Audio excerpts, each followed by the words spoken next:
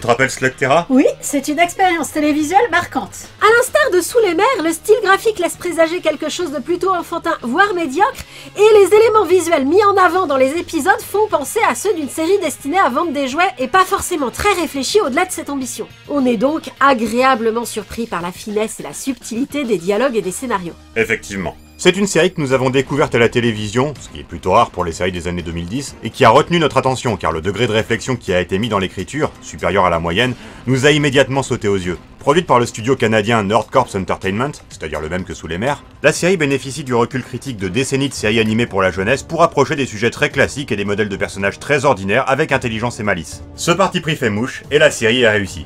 La série? Ouais.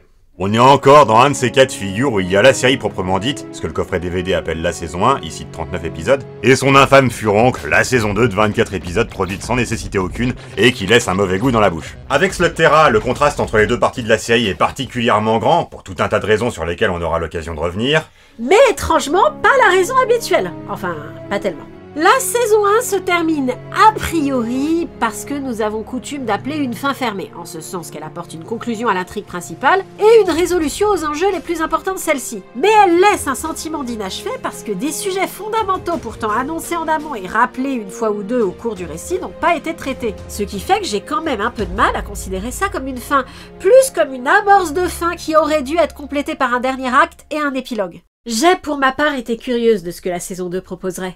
Mais cette saison 2 part au contraire dans totalement autre chose et abandonne non seulement les éléments de la saison 1 laissés en suspens, mais aussi, en cours de route, ceux qu'elle introduit elle-même. C'est parce que la série, y compris la saison 1, a un défaut persistant. Autant elle est très créative pour ce qui est d'introduire de bons concepts, de bons sujets, ainsi que pour faire des remarques pertinentes sur les situations présentées à l'écran, autant elle l'est beaucoup moins pour approfondir ses thèmes et bien réutiliser ses personnages secondaires les plus prometteurs. Ce faisant, elle fait, des promesses qu'elle ne tient souvent pas. Aussi, je le redis, il ne faut pas sous-estimer ce que la série est capable de proposer, mais ça ne doit pas empêcher de regretter qu'elle n'aille pas jusqu'au bout de ses propositions. Dans sa qualité d'écriture, je trouve qu'on peut la comparer à l'Enfest West. Pas parce que les séries seraient très similaires, mais surtout parce que la comparaison est intéressante. L'Enfest West est moins ambitieuse que Slugterra. Mais du coup, l'Enfest West est davantage à la hauteur des ambitions qui sont les siennes que ne l'est Slugterra. Ainsi, l'Enfest West frustre moins, ou satisfait davantage. Ceci étant dit, l'élément scénaristique qu'introduit l'Enfest West sans jamais le poursuivre, sur le méchant qui a des objectifs secrets derrière ses objectifs affichés, Slugterra non seulement l'introduit, mais le poursuit jusqu'au bout de son développement narratif, à défaut d'approfondir totalement le sujet.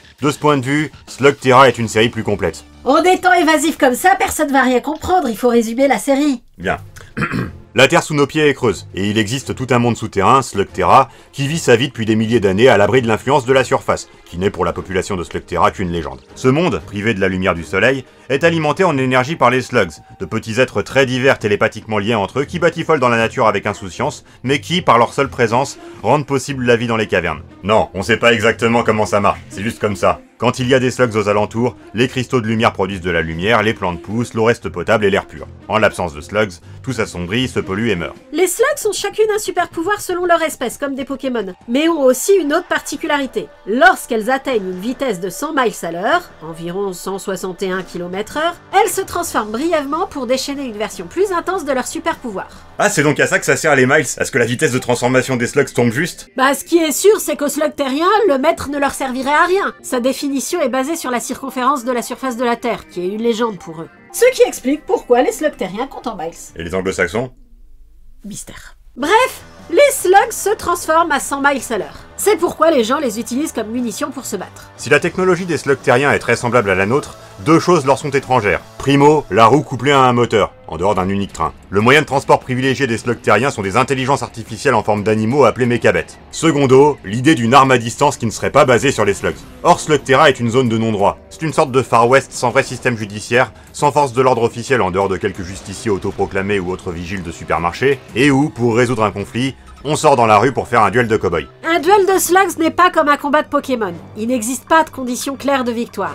Une slug utilisée peut être relancée immédiatement si elle est encore en état, les adversaires peuvent s'agresser physiquement, les slugs peuvent se battre entre elles, mais le tir est dirigé contre le lanceur adverse. Le but est de lui rétamer la gueule. L'issue peut parfaitement être fatale, et le gagnant a gagné quand son adversaire se rend pour ne pas mourir. Ainsi, bien que le duel de slugs puisse se pratiquer comme un sport, c'est tout à fait sérieux. Pour mettre un semblant d'ordre dans ce monde sans loi, on reconnaît depuis des générations aux Shane, une dynastie de super shérifs, une légitimité pour patrouiller et mettre une raclée aux Desperados. On ne connaît pas l'origine de cette révérence pour les Shane, mais nous, spectateurs, connaissons leurs secrets le mieux gardés.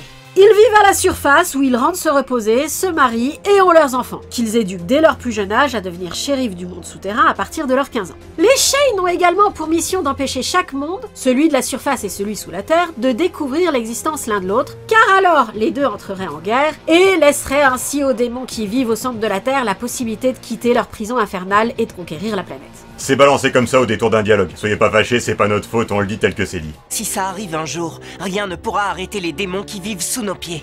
Slugterra est la première et la dernière ligne de défense. C'est pour ça que les deux mondes ne peuvent pas se mélanger. Or, au début de notre histoire, le Shane du moment, Will Shane, est vaincu, peut-être même tué par son arc-ennemi, le professeur Thaddeus Black, qui s'apprête à commettre un crime contre la nature menaçant l'équilibre du monde entier. Will Shane n'a que le temps d'envoyer sa slug préférée, Burpee, à la surface pour prévenir son fils, notre héros, Eli Shane, que le moment est venu de prendre la relève. Celui-ci devra, le jour de ses 15 ans, qu'il a la discipline personnelle d'atteindre sagement, partir pour Slugterra pour y remplir la mission familiale. On s'apprête à toucher du doigt un premier élément qui est typique du problème qu'a la série avec le fait d'approfondir ses idées. Ellie va donc suivre Burpee à Slugterra. Contrairement à ses ancêtres, il va y rester et ne remontera jamais à la surface. Hors du temps où il y vivait, il habitait une maison normale et donc on pouvait supposer qu'il avait une mère qu'il abandonne ainsi totalement. Le sujet n'est jamais évoqué avant la toute fin de la série où on apprend que la mère a disparu depuis longtemps sans laisser de traces. On ne peut que supposer qu'entre la mort de son père et ses 15 ans, il vivait avec son oncle Jimo, le prédécesseur de Will qui a pris sa retraite. Mais donc on éprouve des sentiments ambivalents sur cette situation. D'un côté on nous en explique trop peu et donc ça paraît superficiel, mais d'un autre on a affaire à un héros plus réfléchi et professionnel que la moyenne, il attend ses 15 ans comme le veut la consigne, et qui à la fois connaît suffisamment de choses sur Slugterra pour ne pas avoir l'air d'un gros neuneu, et à la fois en ignore suffisamment pour que le spectateur puisse apprendre avec lui.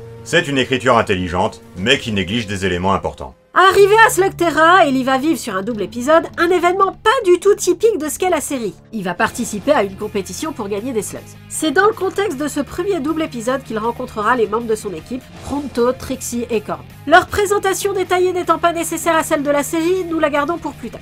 C'est également dans le contexte de cette compétition qu'il rencontre celui qui sera son ennemi principal, le professeur Black, qui, alerté par l'arrivée d'un nouveau Shane dont la popularité grandit grâce à sa participation à la compétition, se résigne à le prendre au sérieux et entreprend de faire connaissance avec le fils de son ancien rival. Donc Black, on le présente tout de suite, lui? Pas forcément, mais je voulais parler du lien qui est fait entre la compétition du premier double épisode et l'intrigue principale pour dire que, là où on s'attendrait à ce que notre équipe de héros nouvellement constituée vive des aventures de justiciers dans les contrées sauvages de Slugterra au sein d'épisodes problèmes du jour indépendants les uns des autres saupoudrés d'épisodes faisant avancer l'intrigue principale comme dans Code Lyoko, on peut être surpris de découvrir qu'au contraire, notre équipe de héros nouvellement constituée va en fait vivre des aventures de justiciers dans les contrées sauvages de Slugterra au sein d'épisodes problèmes du jour indépendants les uns des autres saupoudrés d'épisodes faisant avancer l'intrigue principale, mais pas comme dans Code Lyoko. La frontière entre épisode problème du jour et épisode d'intrigue principale est rarement aussi floue dans Code Lyoko qu'elle l'est dans Slugterra. De plus, là où les épisodes problème du jour de Code Lyoko faisaient certes occasionnellement référence à des événements antérieurs pour donner le sentiment d'une progression malgré son format, ceux de Slugterra attendent parfois du spectateur qu'il ait précisément en tête ce qui s'est passé dans les 2-3 épisodes précédents. Par exemple, au début de l'épisode 27, Black s'étonne de revoir les héros vivants. Pour comprendre cet étonnement, il faut se souvenir qu'à l'épisode précédent, il les avait en effet laissés pour morts. Sachant qu'en revanche les intrigues de ces deux épisodes sont sans rapport entre elles et que du temps passe toujours entre les épisodes, on ne s'attend pas du tout à ce qu'il y ait un dialogue de ce genre. Une continuité soutenue est donc maintenue entre les épisodes non seulement par le biais de mentions d'événements antérieurs, de réapparitions de lieux ou de personnages secondaires, trop peu à notre goût, on y reviendra, mais aussi de compétences acquises par les héros et d'un tas d'autres choses comme ça qui rendent les épisodes problèmes du jour plus intéressants que la moyenne de ce qui se fait dans le genre. Ce n'est pas la seule raison pour laquelle ces épisodes sortent du lot. Comme dit précédemment, les auteurs ont été très bons pour ce qui est de créer des concepts, et même quand ces épisodes ont un principe très bateau, devoir échapper à des zombies dans un supermarché, faire une course de bolide, jouer au hockey, chercher un trésor, combattre des bandits ou des monstres, faire des chasses du comte Zaroff, ils trouvent presque toujours moyen d'apporter des éléments originaux enthousiasmants. Ces éléments originaux peuvent être des détails anecdotiques. Par exemple, l'épisode des zombies dans le supermarché, qui est bien sûr une référence au film de Romero, en contient deux. D'abord, on y présente les vigiles de supermarché comme d'authentiques forces de l'ordre, parmi les seuls qui existent à Slugterra d'ailleurs,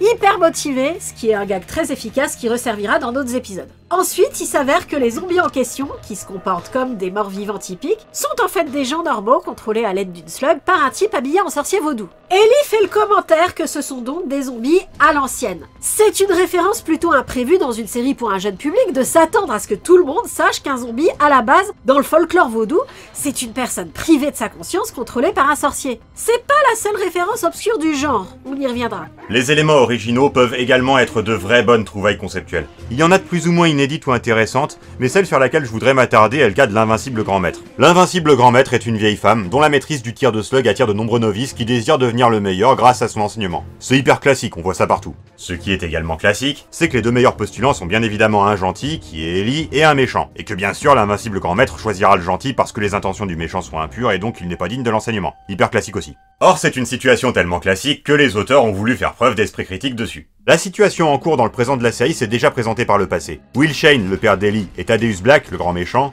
se sont affrontés dans leur jeunesse pour l'enseignement du grand maître. L'invincible grand maître a choisi Will Shane car il était le meilleur candidat pour les raisons susvisées. Sans remettre en cause son jugement, elle se dit néanmoins des années après qu'elle aurait peut-être dû choisir Black. Son raisonnement est que Will Shane était déjà très doué et s'en serait sûrement sorti seul, alors que si elle avait pris Black sous son aile, elle aurait peut-être pu l'empêcher de s'enfoncer toujours plus dans le côté obscur. C'est pour ça qu'elle hésite entre Ellie et son rival du jour. C'est un point de vue intéressant. Ouais, l'ennui c'est qu'au final, cette problématique est complètement court-circuitée par la scène d'action qui s'ensuit et qui empêche le sujet d'être traité jusqu'au bout. Ce qui est proposé à la place est très bien aussi, mais du coup, le résultat est assez frustrant. Comme tu l'as dit, la série est beaucoup moins douée pour approfondir ses thèmes que pour les choisir, ce qui est un peu regrettable. De plus, tu triches un peu, on parlait des épisodes indépendants les uns des autres. Or, celui-ci est plus ou moins de ceux qui font avancer l'intrigue principale. Oui, le problème c'est que l'autre choix évident d'épisode pour aborder ce sujet est celui de Blight. Or, il y a vraiment beaucoup à dire sur l'épisode de Blight, alors je préfère qu'on se le garde pour plus tard. Ce qui est sûr, c'est que les auteurs ont eu un œil critique, un peu comme dans Sous les mers, sur ce qui fonde les actions des gentils et rend condamnable celles des méchants. Cette réflexion qui a été menée est peut-être insuffisante pour proposer une série totalement satisfaisante, on y reviendra, mais assez pour la rendre vraiment atypique. On disait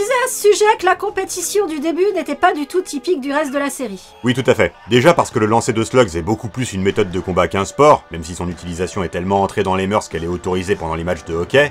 Ensuite, parce qu'en temps normal, un lanceur ne gagne pas ses slugs dans des compétitions, mais en explorant la nature à la recherche de celle de l'espèce qui l'intéresse, comme dans Pokémon. Ces espèces ont d'ailleurs des noms façon Pokémon. Pour ne citer que Burpee par exemple, c'est une Inferna.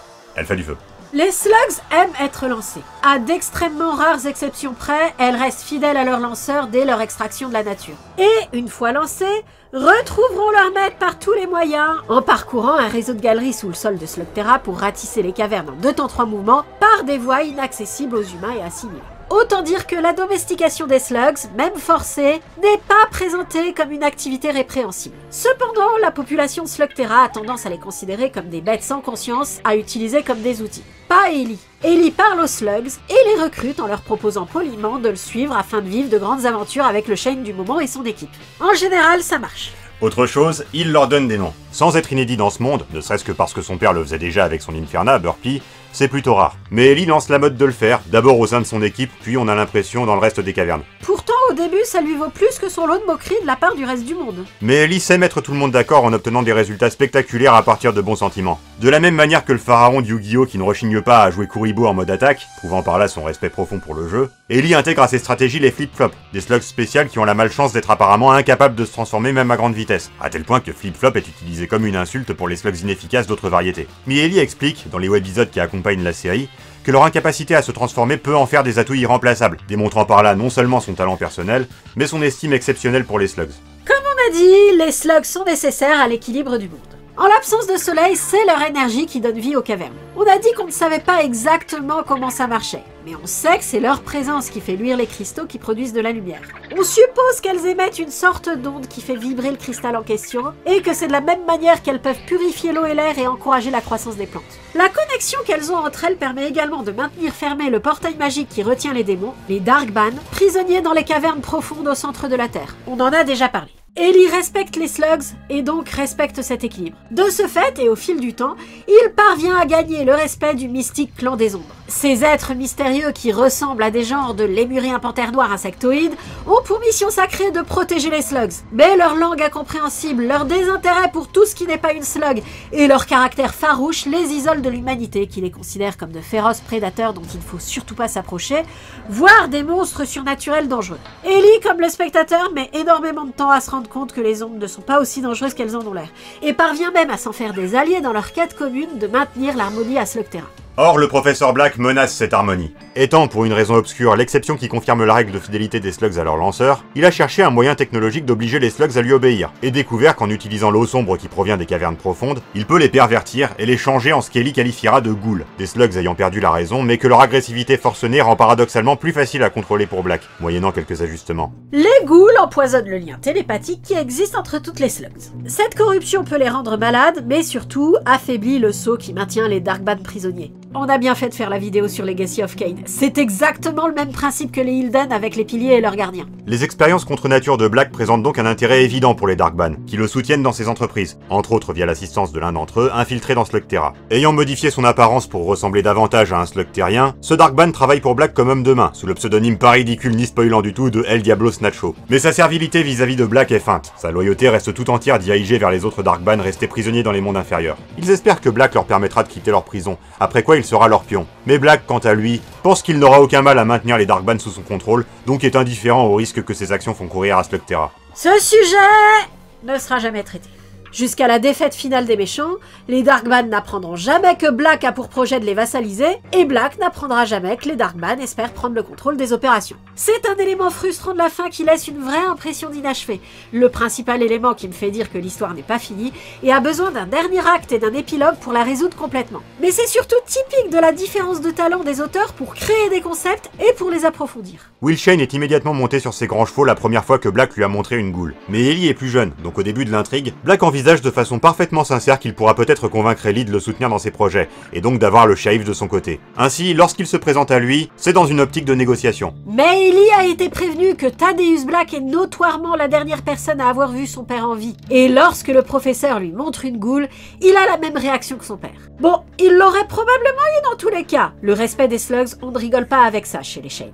Ainsi, les négociations échouent, mais avec ceci de particulier que c'est presque sur une poignée de main cordiale que les deux se mettent d'accord pour être ennemis jurés. C'est le moment de présenter Ellie. Un élément marquant de sa personnalité est qu'il est foncièrement pacifique. Il n'est pas rare dans les séries d'action que le héros, lorsqu'il est héroïque, donne à son adversaire une chance de se rendre, mais cette sommation paraît souvent purement formelle, et on sent bien que le héros prépare déjà la bagarre qui va s'en suivre. Ellie, ses propositions de régler le conflit par la négociation, même si elles échouent systématiquement, font toujours une impression de sincérité. Il n'a pas peur du duel, mais il cherche toujours à l'éviter, ce qui surprend dans une série à la Pokémon où les modalités du combat sont ludiques. La sincérité d'Ellie est également perceptible à travers le fait qu'il n'est pas du genre à invoquer des grands principes à l'appui de ses actions.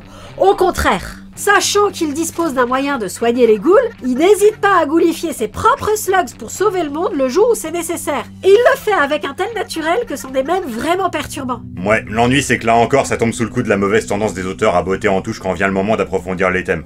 De plus, tu triches un peu. Ce sont les slugs elles-mêmes qui sont à l'initiative du plan de ghoulification, et Ellie se fait sérieusement engueuler de l'avoir fait par une ombre qui lui dit clairement que c'est impardonnable de faire ce genre de truc. Oui, le problème c'est que l'autre choix évident d'épisode pour aborder ce sujet est celui de Blight.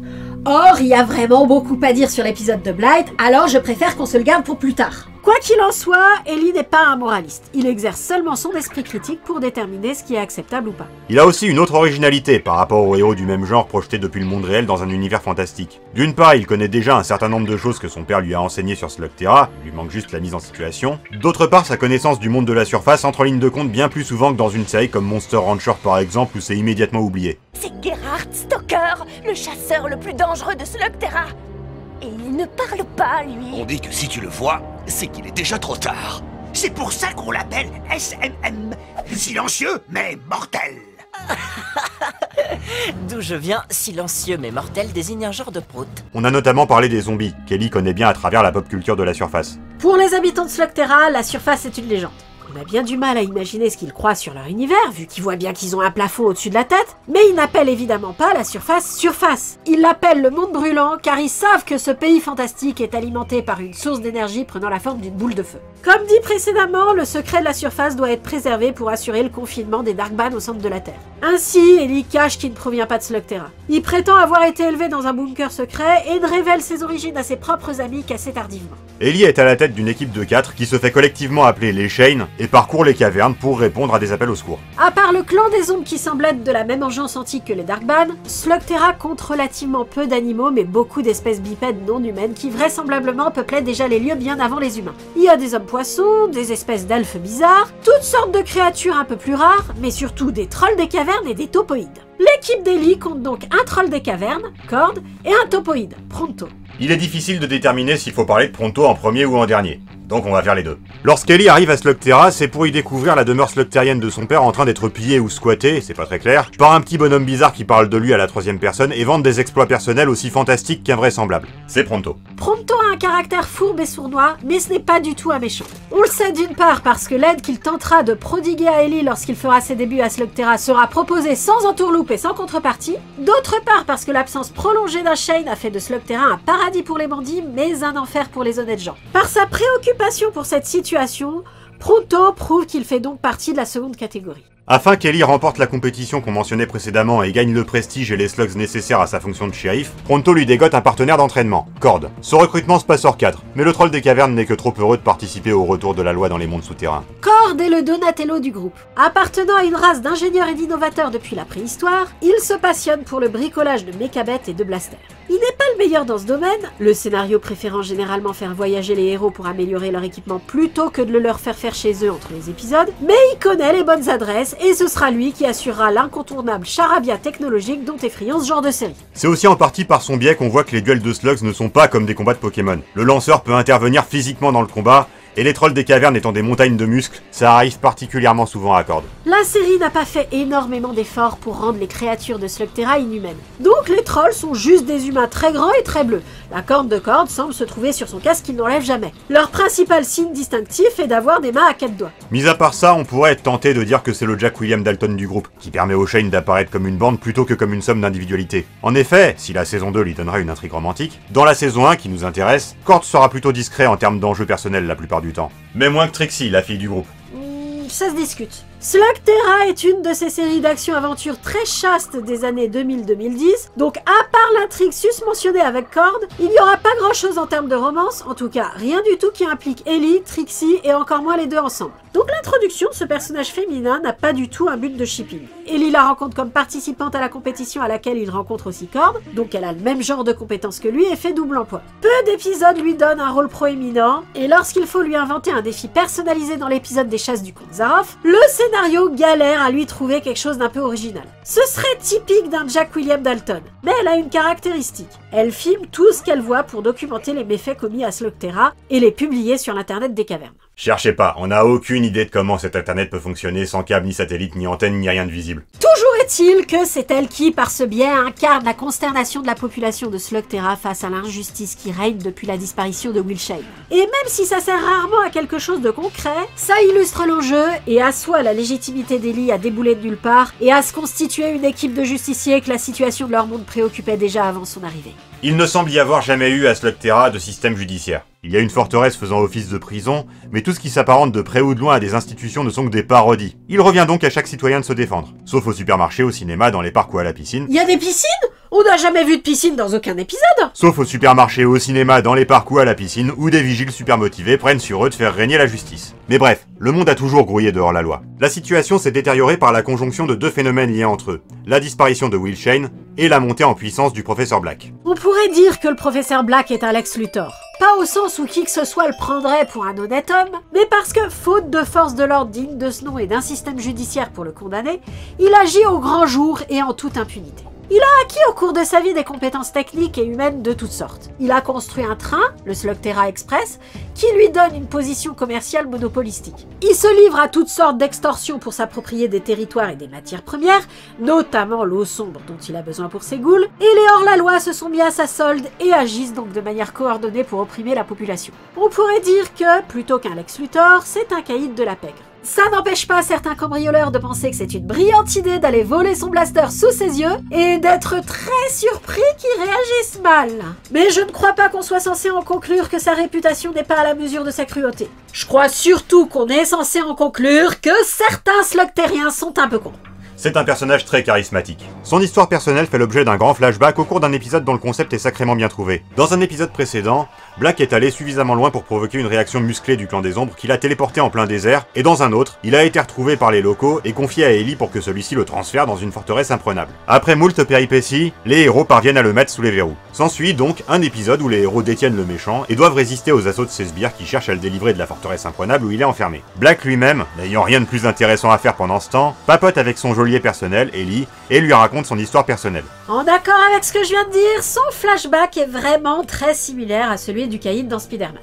Victime de la lâcheté de son petit escroc de père qu'il a abandonné à son sort, il a mûri en captivité et a appris à se débrouiller seul, au point de devenir la terreur des terreurs. Le flashback du caïd est meilleur dans l'absolu, parce que Spider-Man est une meilleure série, mais celui du professeur Black, plus long, a l'avantage de mieux expliquer comment Black a appris ce qu'il a appris, là où Spider-Man se contente de dire « Grâce à tout ce que j'avais pu apprendre sur l'informatique, en prison bien sûr. » Ouais, alors on explique très bien comment il est devenu la crème de la crème des lanceurs de slugs et d'où il tenait son talent pour le commerce, comme il dit, mais pas du tout ce qui a fait de lui un professeur. Il y a un côté retcon dans ce flashback. D'abord, la motivation qu'il avance pour avoir créé les ghouls, que les slugs ont cessé de lui obéir, n'est pas cohérente avec sa première apparition au début de la série. D'autre part, je pense que l'idée d'origine était vraiment d'en faire un savant fou à la Lex Luthor, mais que, le temps passant, on a plutôt voulu en faire un desperado en chef devenu le parrain de la mafia. Dans tous les cas, ce flashback et cet épisode remplissent très bien leur objectif de vendre le professeur Black aux 2-3 du fond que les 35 épisodes qui ont précédé n'auraient pas suffi à convaincre. J'ai entamé ce voyage qui m'a conduit là où je suis maintenant.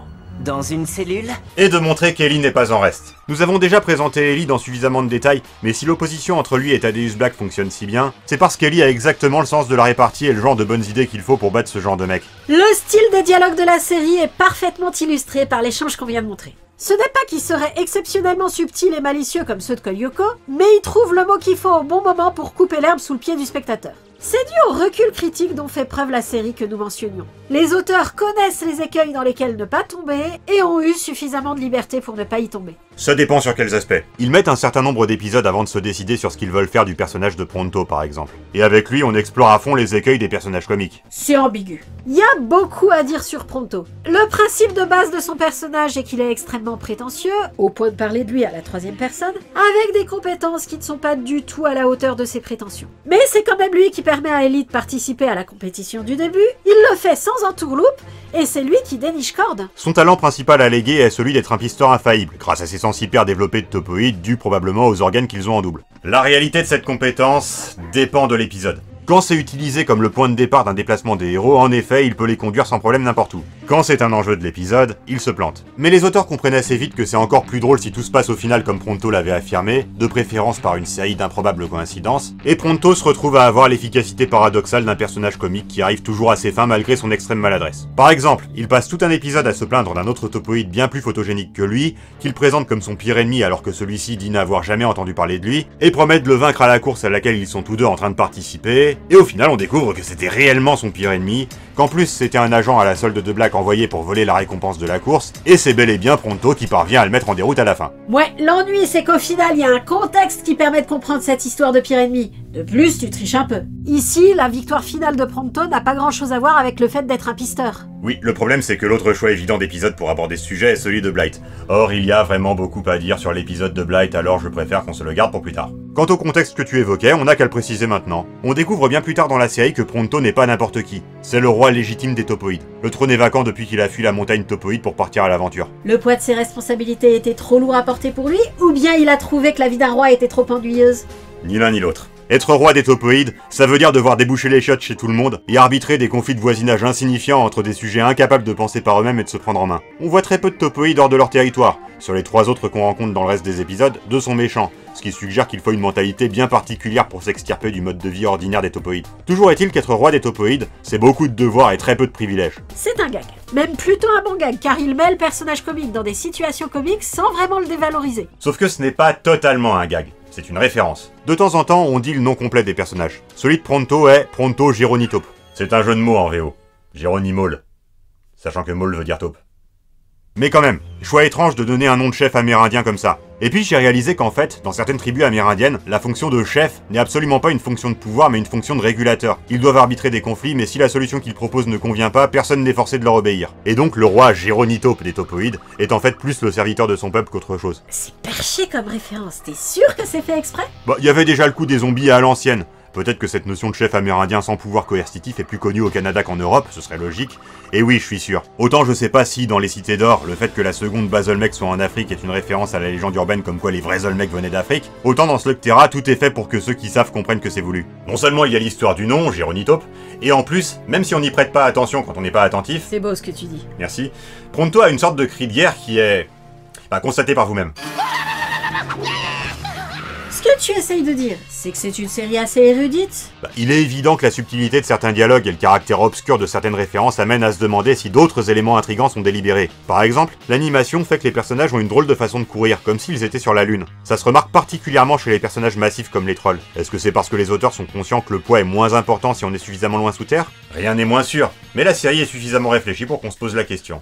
Mais non, c'est pas là où je voulais en venir. J'imagine que le nom Gironitop a été créé avec le personnage, et si c'est le cas, les influences qui déterminent le type de gag autour de lui ont été pensées en amont. Donc il n'est pas impossible que son efficacité paradoxale de personnage comique ait été prévue dès le début, contrairement à Sokka dans Avatar par exemple, qui ne développe ça que plus tardivement. Les webisodes jouent également de l'ambiguïté de ses compétences en racontant ses exploits de jeunesse dans un style pseudo-propagandaire. On constate que si elles ne sont pas totalement celles qu'il prétend, les qualités de Pronto sont réelles. Donc en effet, les auteurs ont connu avec Pronto les écueils dans lesquels ne pas tomber, et le cas échéant, ont su couper l'herbe sous le pied du spectateur par des répliques malicieuses. Mais en quoi est-ce qu'avoir évité ces écueils a nécessité une quelconque liberté des auteurs, comme tu as dit? Car les répliques qu'ils ont écrites, il a bien fallu qu'ils en aient le droit. Et connaissant les codes de la censure des séries animées pour la jeunesse, ça n'allait pas forcément de soi.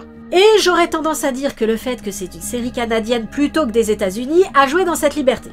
Je donne un exemple. Dans un épisode, un personnage meurt. Ellie doit en informer un autre personnage, or, comme chacun sait, parler de la mort de façon directe, ça se fait pas trop dans une série animée. Mais les dialoguistes n'ont apparemment pas voulu se contenter des banalités habituelles, donc on a droit à cet échange. Et elle nous a quittés. Quand tu dis nous a quittés, je suppose qu'elle n'est pas partie en vacances. Ici on voit bien deux choses. Que ce côté, conscient des codes du genre auquel elle appartient, confère indéniablement à la série une dimension humoristique très prononcée, mais également que sa capacité à mettre en scène la violence sans péché par excès de pudeur la rend aussi sérieuse qu'il le faut. Le problème c'est que le choix évident d'épisode pour aborder ce sujet est celui de Blight. Bah du coup parle de l'épisode de Blight, qu'est-ce qui t'en empêche? Rien du tout. Dans un épisode, les héros sont aux prises avec une arme chimique déployée par les sbires de Black. Ils n'en connaissent pas l'antidote, or le temps presse. Les amis d'Ellie lui parlent alors d'un super vilain qui, dans le temps, utilisait ce genre d'arme chimique. Des slugs. Oui, des slugs, mais quand même, c'est des armes chimiques. C'est super glauque, et même si c'est pas incurable, c'est apparemment mortel si on laisse traîner trop longtemps. Donc ce super vilain, Blight, utilisait ces slugs toxiques pour commettre des meurtres de masse, apparemment pour le plaisir. C'était un tueur, et même un infâme parmi les infâmes. Et si dangereux que Will Shane lui-même n'a pas osé l'affronter directement. Il lui a à la place tendu un piège et l'a enfermé dans un labyrinthe. Les héros résolvent donc d'aller chercher Blight dans le labyrinthe et de lui proposer de l'en libérer s'il leur livre le secret de l'antidote. Pronto assure qu'il saura les faire sortir du labyrinthe sans problème. En réalité, son plan consiste à faire comme dans le Petit Pousset, semer des miettes de pain depuis l'entrée et les suivre pour sortir. Bien sûr, ça échoue pour la même raison que dans le Petit Pousset. Les créatures du labyrinthe mangent les miettes de pain. Mais ça les rend malades et ça les fait vomir sur place.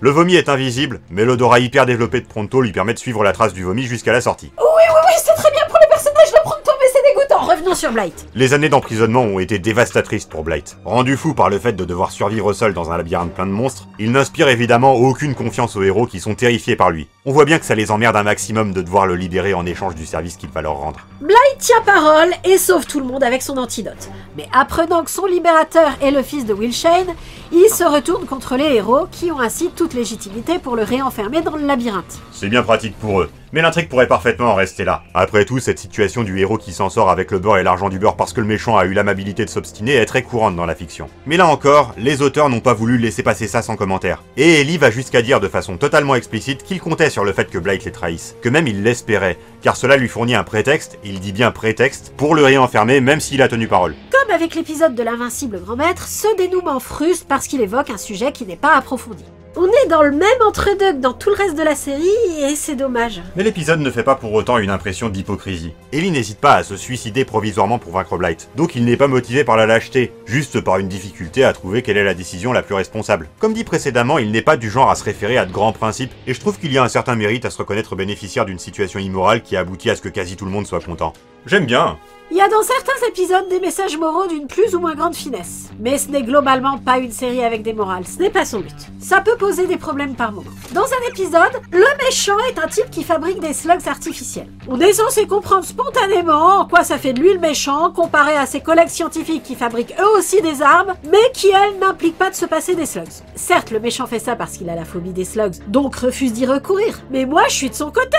Les slugs artificiels, ça ne souffre pas. C'est toujours toujours mieux que d'exploiter des créatures sensibles. Je biche pas. Il y a un côté, les slugs sont les garantes de la vie dans ce monde, donc il faut vivre en harmonie avec elles et surtout pas séparer d'elles. Mais ce n'est pas explicité parce que les dialogues ne se répandent pas en grande profession de foi de ce genre. C'est pas toujours le meilleur choix, mais comme j'ai dit, ça a quand même l'avantage d'être permissif à des situations intéressantes. J'ai bien aimé l'honnêteté avec laquelle est présenté le cynisme de la situation de Blight, réincarcéré à la fin de son épisode après s'être vu accorder une chance factice de s'en tirer. Cela étant, j'aurais été triste que Blight soit totalement oublié après son épisode. Il ne l'est pas. Ça vaut le coup de spoiler ce que la série choisit en fin de compte de faire de Blight. La saison 1 se termine, au bout de 39 épisodes, par une séquence montrant les héros repartant à l'aventure pour faire leur boulot de justicier. L'ennemi contre lequel ils se lancent à l'assaut est Blight, qui a trouvé tout seul comment sortir du labyrinthe et est même parvenu à en dompter les monstres. C'est un très bon choix. Ça fait plaisir de voir qu'il s'en est sorti, que la vie continue pour lui et qu'il va pas en rester au dénouement cynique de son épisode. Et ça ne tient qu'à une brève scène de fin d'épisode sans dialogue. Blight est extrêmement chanceux car la série est très mauvaise pour ce qui est de poursuivre les intrigues des personnages secondaires. Deux en particulier en font les frais. Premièrement, la fille du meilleur ami de Will Shane qui veut venger la mort de son père supposément tué par Will Shane. L'intrigue de la fille a une fin, mais la vérité sur la mort de son père n'est jamais établie. La seule chose qu'on sait, c'est que ce qui s'est passé avait un rapport avec les liens entre Will Shane et le clan des ombres. Sans preuve du contraire, on est obligé de supposer, même si c'est extrêmement difficile à croire, que Will Shane a effectivement tué son meilleur ami. Est-ce que celui-ci avait mal tourné? Est-ce que Will Shane était en réalité un génie du mal à l'insu de tous, y compris de son propre fils? Avec de telles implications, ça devrait pas être un non-sujet.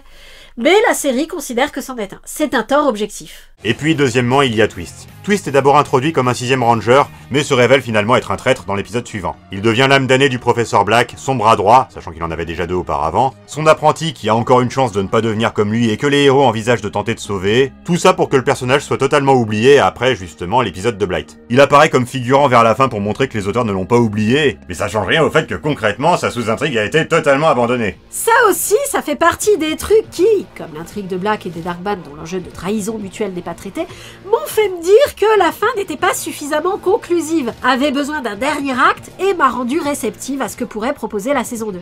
Malheureusement, comme nous l'avons dit, la saison 2 part dans totalement autre chose, dans une sorte d'arc des Metarex de Sonic X version Slugterra, qui n'a qu'un intérêt très limité, et qui surtout abandonne ses intrigues encore plus vite que la saison 1. Quelques mots sur cette saison 2. C'est un mélange de films et d'épisodes que le DVD a le bon goût d'unifier sous le titre saison 2, et de présenter dans l'ordre comme si c'était simplement une série d'épisodes. Dans la majeure partie, il est question d'une partie orientale de Slugterra, les cavernes de l'Est, normalement complètement isolées des 99 cavernes où avait lieu l'action de la saison 1, et d'où provient Junji, qui sera le deuxième héros de la saison 2. Deuxième héros dont les scénaristes n'ont vraiment pas su quoi faire, et autour duquel ils ont créé des conflits complètement artificiels pour les abandonner aussitôt. Au départ, il est question que le grand méchant de l'arc soit une goule capable de posséder les humains et de s'exprimer à travers eux, puis au final, c'est laissé tomber. Il est question de retrouver le père d'Ellie, qui s'avère n'être pas mort au début de la série, mais au final, c'est laissé tomber. Le gros de la saison met les héros aux prises avec un empereur de Chine de l'Antiquité devenu immortel et surpuissant, qui a conquis les cavernes de l'Est en corrompant Junji au moyen de la goule susmentionnée. C'est pas que ce soit des mauvaises idées, certaines sont au contraire assez porteuses, mais c'est typiquement une saison 2. Tout l'enthousiasme et la créativité authentique se sont envolés pour laisser place à un service minimum sur un peu tous les tableaux. Du point de vue du scénario bien sûr, mais aussi du point de vue de la forme. Les dialogues sont devenus incroyablement plan-plan, et visuellement, les animateurs ont été assez paresseux. Un exemple. Le mentor de Junji, qui lui a appris son fameux slug fou qui lui permet de contrôler la trajectoire des slugs en utilisant la force, c'est elle. Elle a exactement le même design que l'invincible grand maître, avec les cheveux bruns. C'est la rançon de la 3D. Comme Land First Quest, Slugterra exploite son animation en images de synthèse pour faire de beaux travelling et des séquences d'action très convaincantes, mais contrairement à Land First Quest, elle réutilise des modèles de personnages plus que de raison en espérant que le spectateur ne remarquera rien. Cette naïveté, peu caractéristique de la série, concerne aussi bien la saison 1 que la saison 2. Mais concernant la Daifu, c'est vraiment aberrant. Ellie ne fait aucun commentaire d'aucune sorte sur le fait qu'elle ressemble beaucoup à l'invincible grand maître. Ça devrait au moins le troubler un peu. Non, c'est sans impact sur le scénario, donc c'est juste un honteux recyclage de Kara Design. On ne suit la saison 2 que par curiosité de savoir si l'intrigue de Will Shane sera poursuivie. Spoiler, non. Et c'est pas faute de s'être prolongé assez longtemps, car lorsque nos héros reviennent des cavernes de l'Est pour retrouver leur pénate en proie au chaos, plutôt que de faire le choix évident d'embrayer sur l'intrigue du père d'Ellie, la série préfère se terminer par un mini-arc totalement absurde reprenant en quasi copier-coller l'intrigue de Twist dans la saison 1, mais en mettant en scène non pas Twist, qui reste dans le trou du scénario où il est tombé, mais le fils du professeur Black venu de la surface pour reprendre les travaux de son père dans un contexte où le clan des ombres s'est retourné contre les humains, et qui se termine par notre nouveau vilain promettant qu'il reviendra pour se venger, et par Ellie fêtant son anniversaire, le premier depuis son arrivée à Slugterra. Il y a rien qui va là-dedans. Faire passer le clan des ombres du côté obscur est l'idée idiote qu'il faut évidemment pas avoir. C'est totalement aberrant d'imaginer que le professeur Black a un jour vécu à la surface et qu'il y a eu des enfants. Et enfin, il est inimaginable qu'Ellie n'ait passé qu'1 an dans les mondes souterrains, vu que son entraînement entre le premier double épisode et les épisodes suivants a déjà duré 6 mois. Autant dire que la promesse des crédits n'est pas tenue par la série. Garantie de bonne fin assurée par Film Finance Canada. Mon cul, oui. Bah, comme tu l'as dit, la saison 2 n'est rien d'autre que l'inévitable furoncle qui scarifie toute bonne série si elle a suffisamment de succès. Le symptôme d'une équipe d'auteurs qui, n'ayant pas voulu mourir en héros, vécurent assez longtemps pour se voir endosser la peau du méchant. En d'autres termes, la suite à la con dont on est obligé de parler dans beaucoup de nos vidéos. Cela dit, s'agissant de Slugterra, c'est une exagération. La saison 2 n'a pas que du mauvais, même si elle n'a pas beaucoup d'intérêt. Et la fin de la saison 1, même si c'est plutôt une bonne fin, n'est pas au-dessus de tout reproche, pas plus que ne l'est la saison 1 dans son ensemble. Néanmoins, si ses défauts sont notables, notamment le manque d'approfondissement des concepts qu'elle introduit, c'est parce que ses qualités sont assez remarquables. Pour toutes ses idées intéressantes, son style narratif plaisant, ses dialogues malicieux et le sérieux que la série arrive à maintenir tout du long malgré son ambiance extravagante et loufoque, Slugterra est une série palpitante qui sort du lot et qui mérite qu'on s'en souvienne.